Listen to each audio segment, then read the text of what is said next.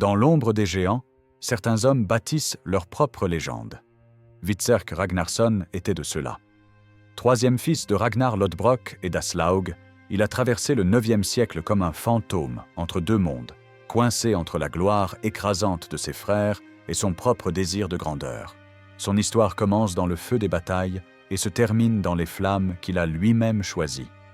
C'est le récit d'un guerrier qui a préféré brûler vif plutôt que d'accepter la défaite. Hvitserk naît au milieu du 9e siècle dans une famille où la légende se mêle au sang. Son père Ragnar Lodbrok est déjà un nom qui fait trembler les côtes européennes. Ses raids contre Paris en 845 ont marqué les esprits, et chaque nouveau pillage ajoute une couche supplémentaire à sa réputation. Mais Ragnar n'est pas qu'un conquérant, c'est aussi un père qui a déjà engendré une fratrie redoutable. Aslaug, la mère de Hvitserk, n'est pas une femme ordinaire. Fille de Sigurd, tueur de Fafnir, et de la guerrière Brynhildr, elle porte en elle le sang des héros nordiques. Quand elle donne naissance à Hvitserk, elle a déjà mis au monde Ivar le Désossé et Björn Côte de Fer, deux garçons qui vont devenir des figures titanesques de l'ère viking. Hvitserk arrive donc en 3e position et cette place va définir toute son existence. Le nom Hvitserk signifie « chemise blanche » en vieux norrois. Plusieurs théories existent sur l'origine de ce surnom. Certains disent qu'il avait un teint particulièrement pâle, presque fantomatique. D'autres racontent qu'il a tardé à ensanglanter sa chemise lors de son premier combat, contrairement à ses frères qui se sont distingués dès leur plus jeune âge. Cette histoire, vraie ou non, colle parfaitement au personnage que deviendra Hvitserk. Un homme toujours en retard d'un exploit, toujours dans l'ombre d'un frère plus brillant. Mais Hvitserk n'est peut-être pas seulement Hvitserk. Les sagas nordiques et les chroniques anglo-saxonnes racontent une histoire troublante. Dans les sources nordiques, on parle d'un fils de Ragnar nommé Hvitserk. Dans les sources anglaises, on mentionne Halfdan Ragnarsson, l'un des chefs de la grande armée païenne. Le détail fascinant, ces deux noms n'apparaissent jamais ensemble dans une même source, jamais. Les historiens modernes pensent qu'il s'agit du même homme. Halfdan serait son véritable nom, Hvitserk un surnom qui lui est resté. Cette dualité reflète parfaitement la nature de ce guerrier qui semble exister entre deux identités, entre deux destins. Grandir dans la maison de Ragnar Lodbrok n'était pas une partie de plaisir. Chaque jour, les enfants entendaient les récits des exploits de leur père. Chaque soir, ils voyaient les guerriers revenir avec du butin et des cicatrices glorieuses. L'attente était écrasante. Ragnar attendait de ses fils qu'ils le surpassent, qu'ils deviennent plus grands que lui. C'était à la fois une bénédiction et une malédiction. Ivar le Désossé, malgré son handicap physique qui l'empêchait de marcher normalement, compensait par une intelligence stratégique terrifiante. Björn Côte de Fer était déjà un colosse à l'adolescence, un guerrier né qui maniait l'épée comme une extension de son bras. Sigurd Œil de Serpent portait dans son regard la marque des dieux, une tache qui ressemblait au serpent Ouroboros. Et à Hvitserk, il était là, observant, apprenant, attendant son heure. Les frères se défièrent constamment. Chaque entraînement devenait une compétition, chaque raid une course pour savoir qui ramènerait le plus de gloire. Hvitserk développa une relation particulière avec Ubbe, un autre de ses frères. Les deux garçons étaient inséparables. Un incident marqua leur enfance. Ils tombèrent tous deux dans un lac gelé et faillirent se noyer. Une femme nommée Siggi plongea pour les sauver avec l'aide du mystérieux Harbar. Siggi mourut dans l'opération. Cet événement créa un lien indéfectible entre Ubbe et Hvitserk, un lien qui sera testé maintes fois dans les années à venir. Ragnar ne facilitait pas les choses. Il envoyait régulièrement ses fils en exil, non par cruauté, mais par tradition. Il avait déjà 2 fils légitimes avec Thora, sa première épouse, Eirik et Agnar.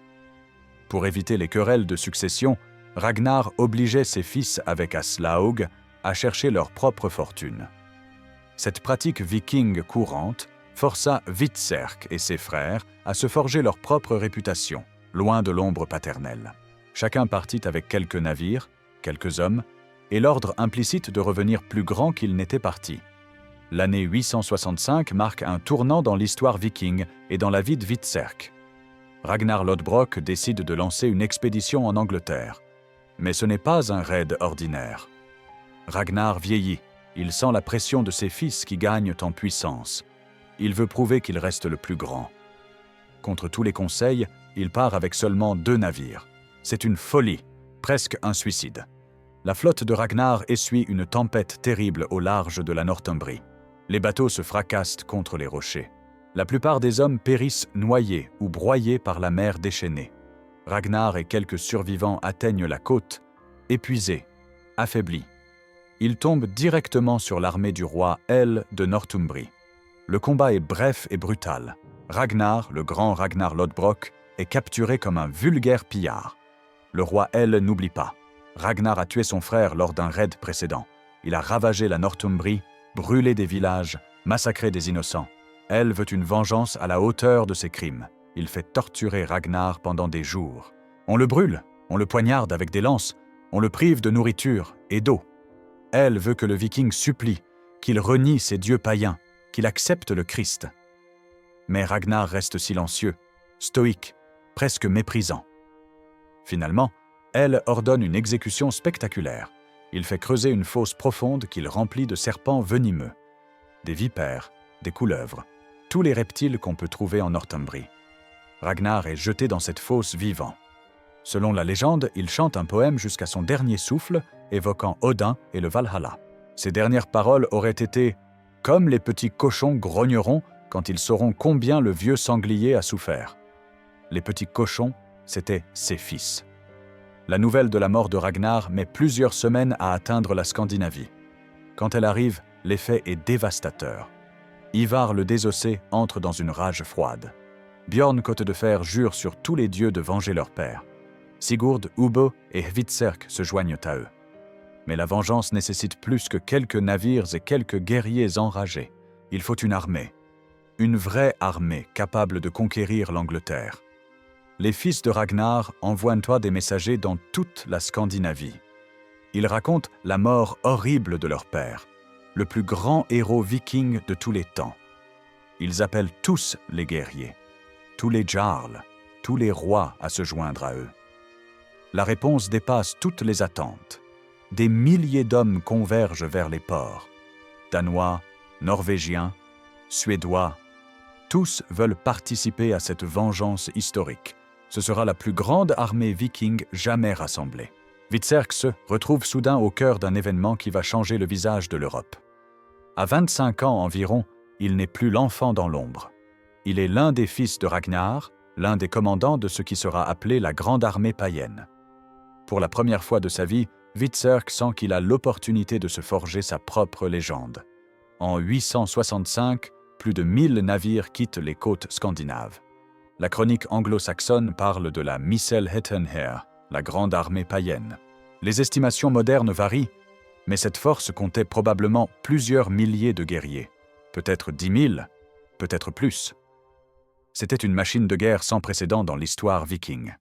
Hvitserk embarque aux côtés de ses frères. Ivar le désossé prend naturellement la tête stratégique. Malgré son handicap, il se fait porter sur un bouclier et commande avec une autorité que personne ne conteste.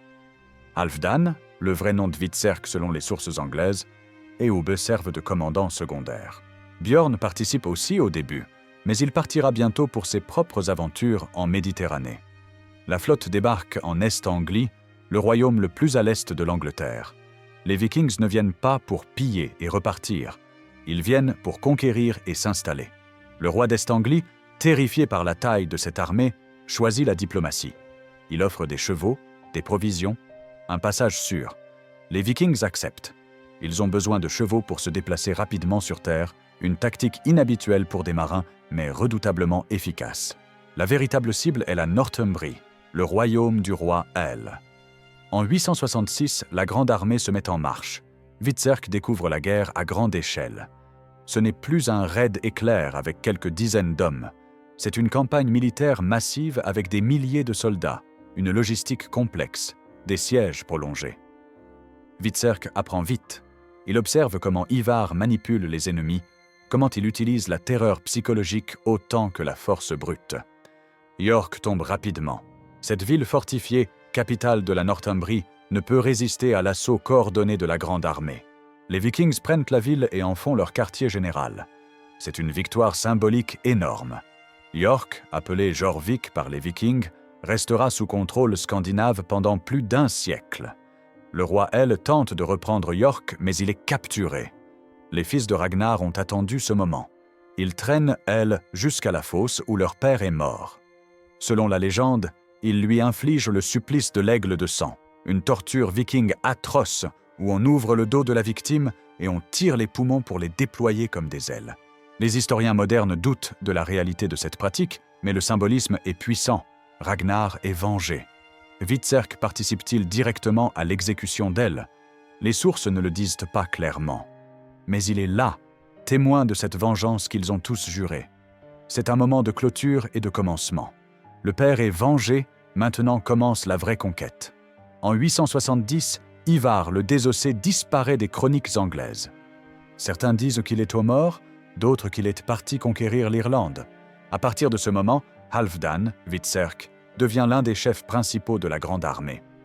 Les documents historiques anglais le mentionnent explicitement comme un des commandants.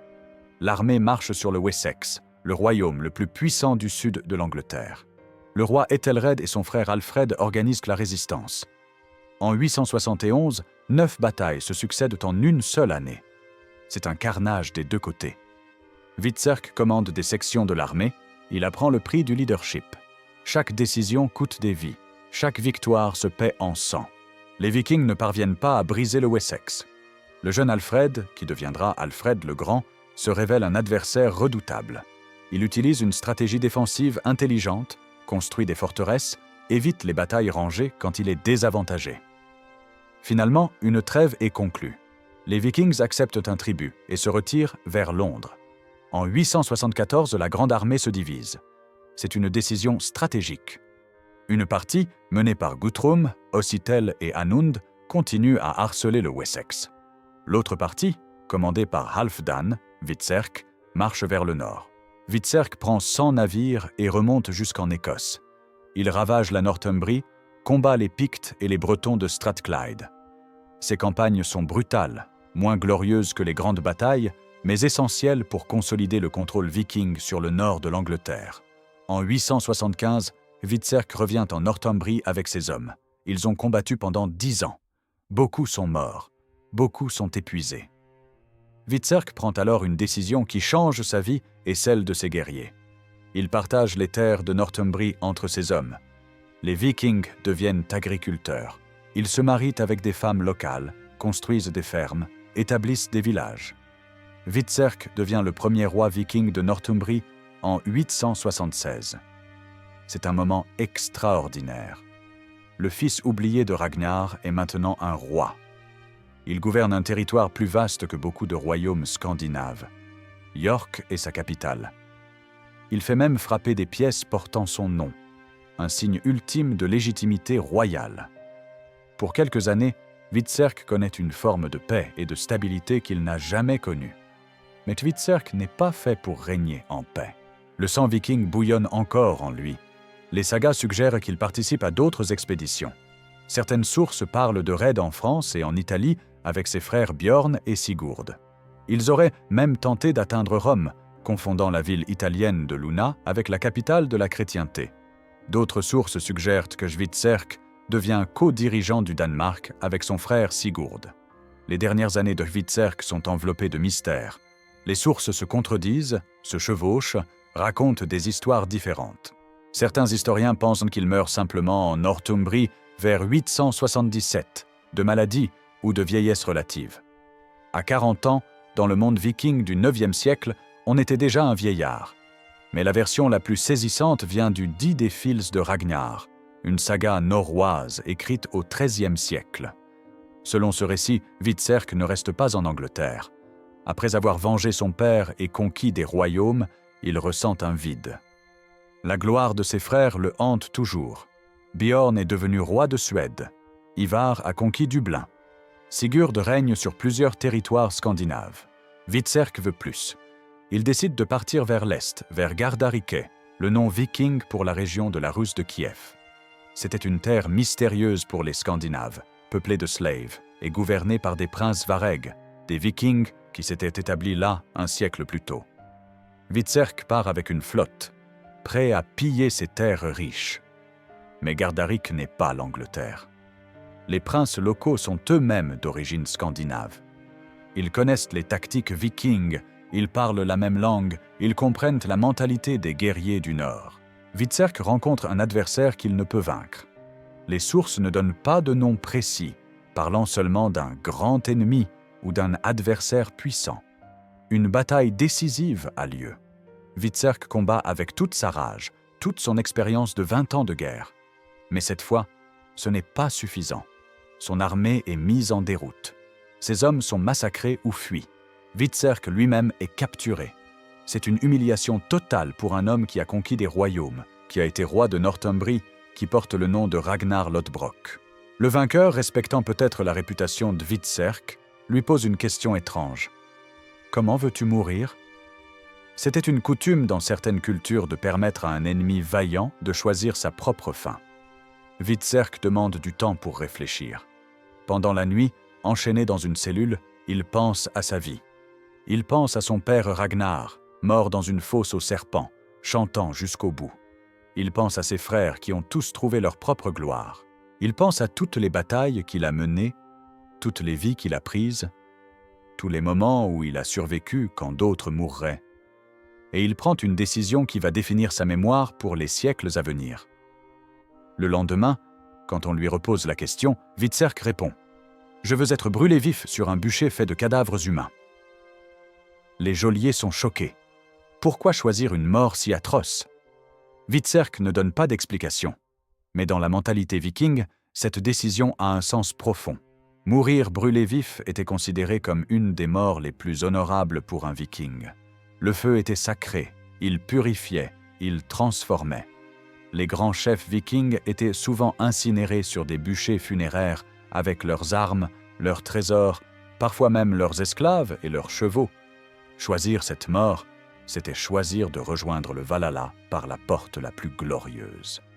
Le bûcher de cadavres ajoute une dimension supplémentaire. Dans la cosmologie nordique, mourir entouré de guerriers tombés au combat, même ennemis, était perçu comme un passage guerrier vers l'au-delà. Hvitserk voulait partir comme un guerrier, pas comme un prisonnier exécuté honteusement. Le jour de l'exécution arrive. Un énorme bûcher est construit au centre d'un champ. On y empile les corps des guerriers morts lors de la bataille précédente, amis et ennemis mélangés. Hvitserk est amené, enchaîné mais marchant avec dignité. La foule s'est rassemblée. Des vikings, des slaves, des curieux venus voir le fils de Ragnar Lodbrok mourir. Hvitserk monte sur le bûcher. Il refuse qu'on le détache. Il veut mourir en guerrier, pas en fuyant ou en suppliant. Les sources disent qu'il reste silencieux au début, regardant le ciel, peut-être priant les dieux nordiques. Quand les torches touchent la base du bûcher, les flammes commencent à grimper lentement. Le feu prend rapidement sur les cadavres secs et les huiles dont on les a enduits.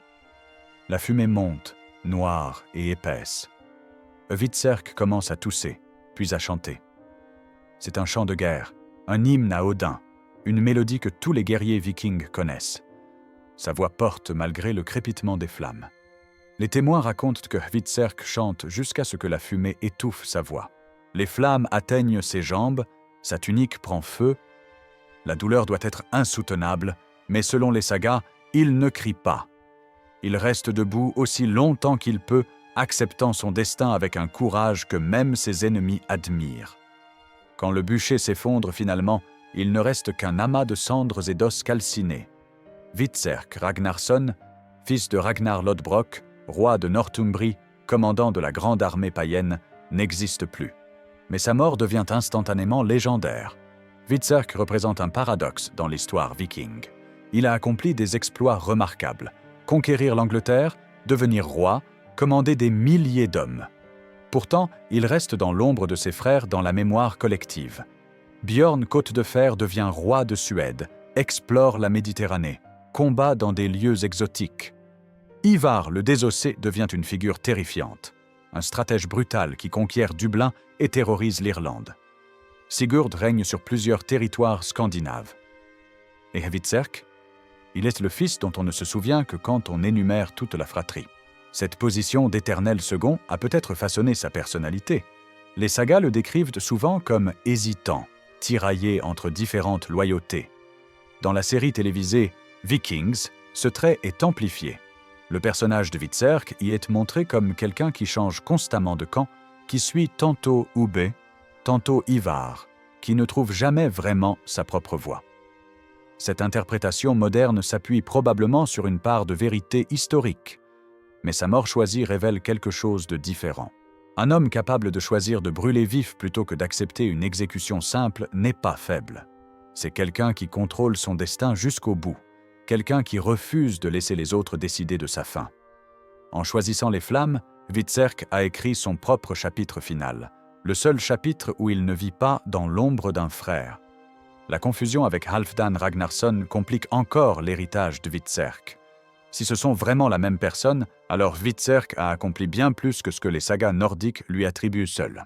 Halfdan est crédité d'avoir mené la conquête du nord de l'Angleterre, d'avoir été le premier roi viking de Northumbrie, d'avoir consolidé le Danelaw qui survivra pendant des générations. Si Hvitserk est Halfdan, alors il n'est pas du tout un fils oublié, mais un des plus importants conquérants vikings du IXe siècle. Les chroniques anglo-saxonnes mentionnent Halfdan comme un chef redoutable. Elles le décrivent menant des campagnes brutales en Écosse, négociant avec des rois, frappant de la monnaie. C'est un portrait d'un homme politique autant que d'un guerrier. Cette dimension manque souvent dans les représentations populaires de Hvitserk, qui est réduit au rôle de suiveur ou d'éternel indécis. La mort par le feu choisi volontairement entre aussi en résonance avec des thèmes profonds de la culture viking. Le feu était associé à la transformation, à la purification, à la renaissance. Les Vikings croyaient que l'âme d'un guerrier brûlé convenablement montait avec la fumée jusqu'au Valhalla, la grande salle d'Odin où les héros tombés au combat festoient éternellement. En choisissant cette mort, Hvitserk faisait plus qu'échapper à l'humiliation d'une exécution ordinaire. Il effectuait un rituel, un passage sacré. Il transformait sa défaite finale en victoire spirituelle. Les Vikings qui ont entendu le récit de sa mort n'ont probablement pas vu un homme vaincu, mais un guerrier qui a rejoint le Valhalla par sa propre volonté.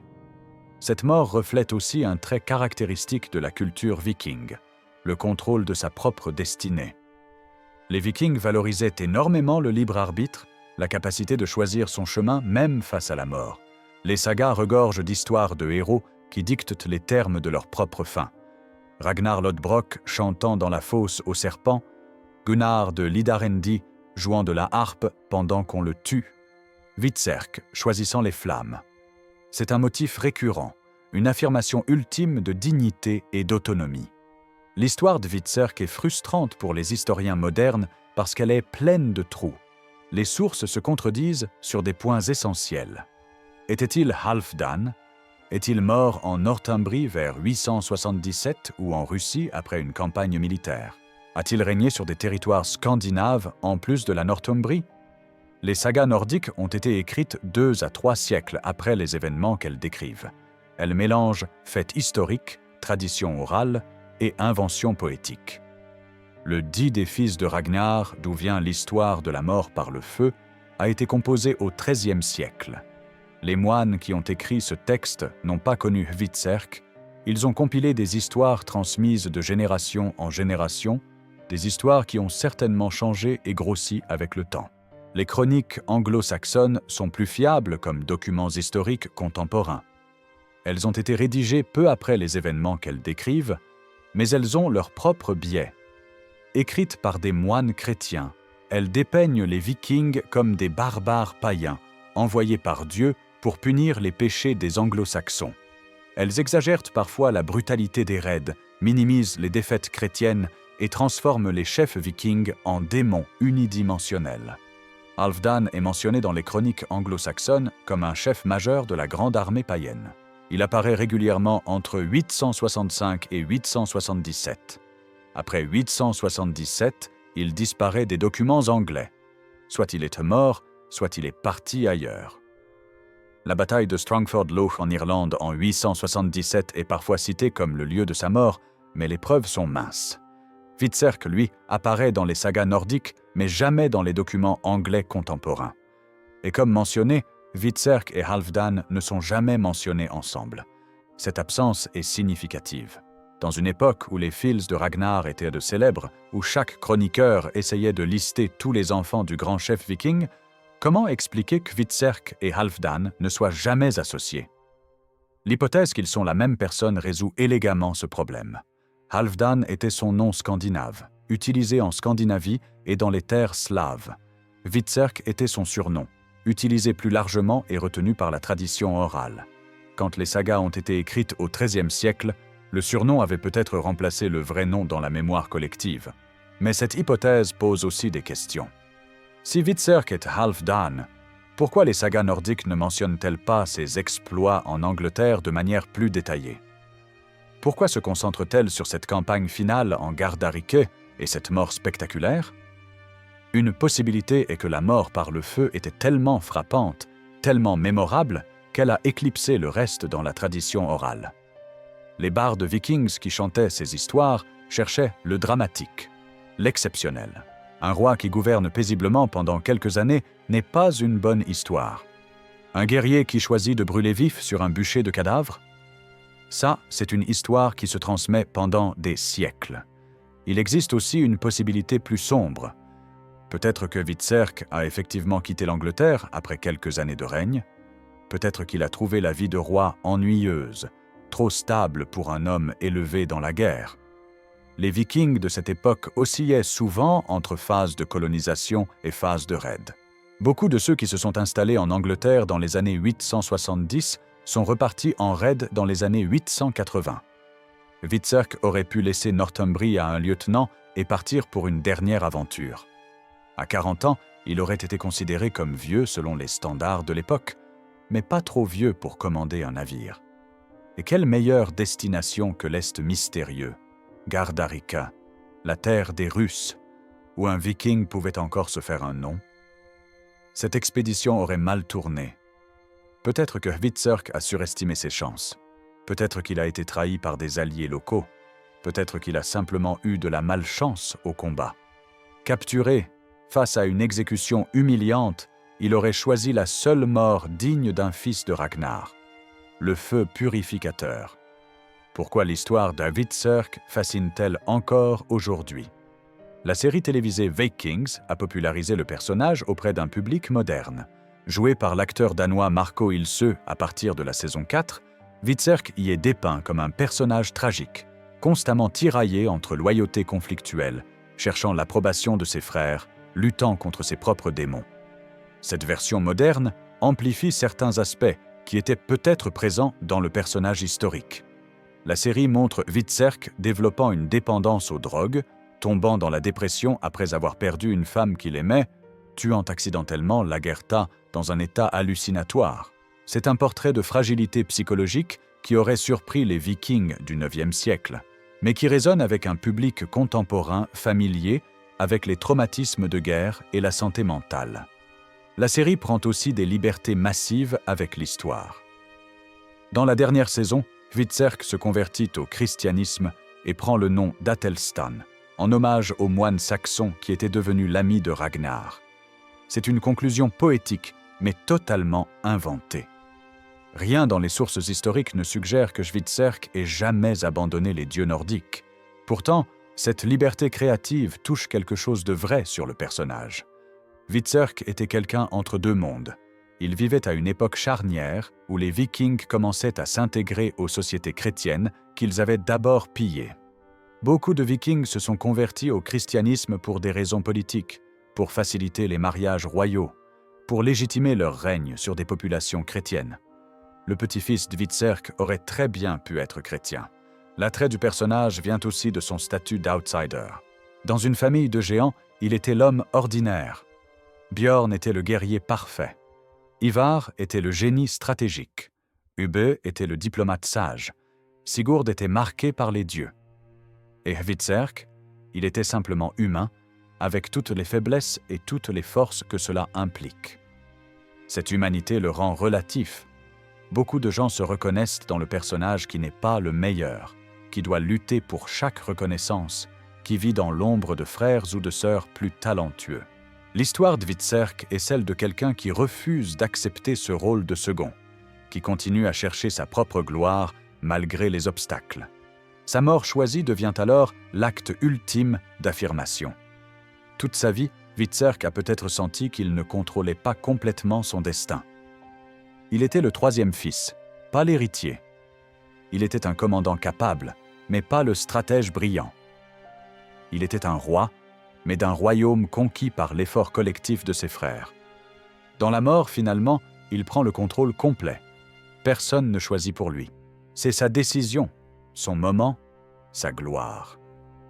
Pour vraiment comprendre le choix de Hvitserk, il faut saisir ce que le feu signifiait pour les Vikings. Dans la mythologie nordique, le feu joue un rôle central dès le commencement. Muspelheim, le royaume de feu, existe avant même Midgard, la terre des humains. Les géants de feu sous Surtre attendent le Ragnarök, la fin du monde, où ils brûleront tout dans un incendie cosmique. Le feu était sacré, mais dangereux. Il réchauffait les longues nuits d'hiver scandinaves, il cuisait la nourriture, il forgeait les armes. Mais il pouvait aussi détruire complètement, ne laissant que des cendres. Cette dualité fascinait les Vikings. Le feu transformait. Un morceau de minerai chauffé devenait une épée. Un corps brûlé devenait fumée qui montait vers les cieux. Les funérailles vikings les plus prestigieuses impliquaient la crémation. Le défunt était placé sur un bateau avec ses possessions, parfois des animaux, parfois des esclaves sacrifiés. Le navire était poussé en mer et mis à feu. La fumée s'élevait, visible à des kilomètres, annonçant qu'un guerrier avait quitté ce monde.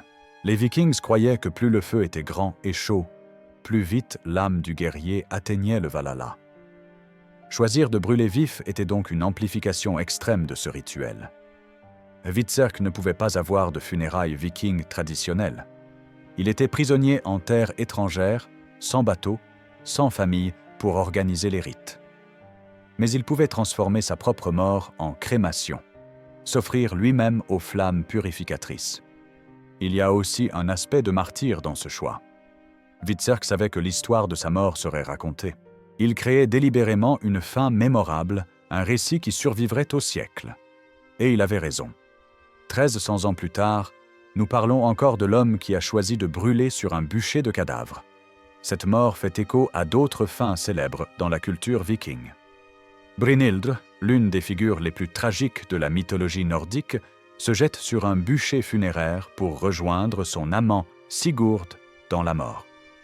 Les guerriers vikings, capturés, qui ne pouvaient pas mourir, l'épée à la main choisissaient parfois des morts spectaculaires pour assurer leur place au Valhalla. La culture viking était obsédée par la gloire posthume. Le concept de drengskap, qu'on pourrait traduire par comportement honorable, incluait l'idée que la façon dont on mourait définissait comment on serait rappelé. Un viking qui mourait dans son lit de vieillesse ne gagnait pas de place au Valhalla. Seuls ceux tombés au combat, l'arme à la main, étaient accueillis par Odin. Hvitserk avait perdu au combat. Il était prisonnier. Techniquement, il ne remplissait pas les conditions pour le Valhalla. Mais en choisissant une mort si violente, si douloureuse, si proche du sacrifice guerrier, il forçait peut-être la main des dieux. Il mourait en guerrier même vaincu, acceptant volontairement une agonie que même ses ennemis trouvaient excessive. Il y a une possibilité plus sombre encore. Peut-être que Hvitserk était simplement fatigué.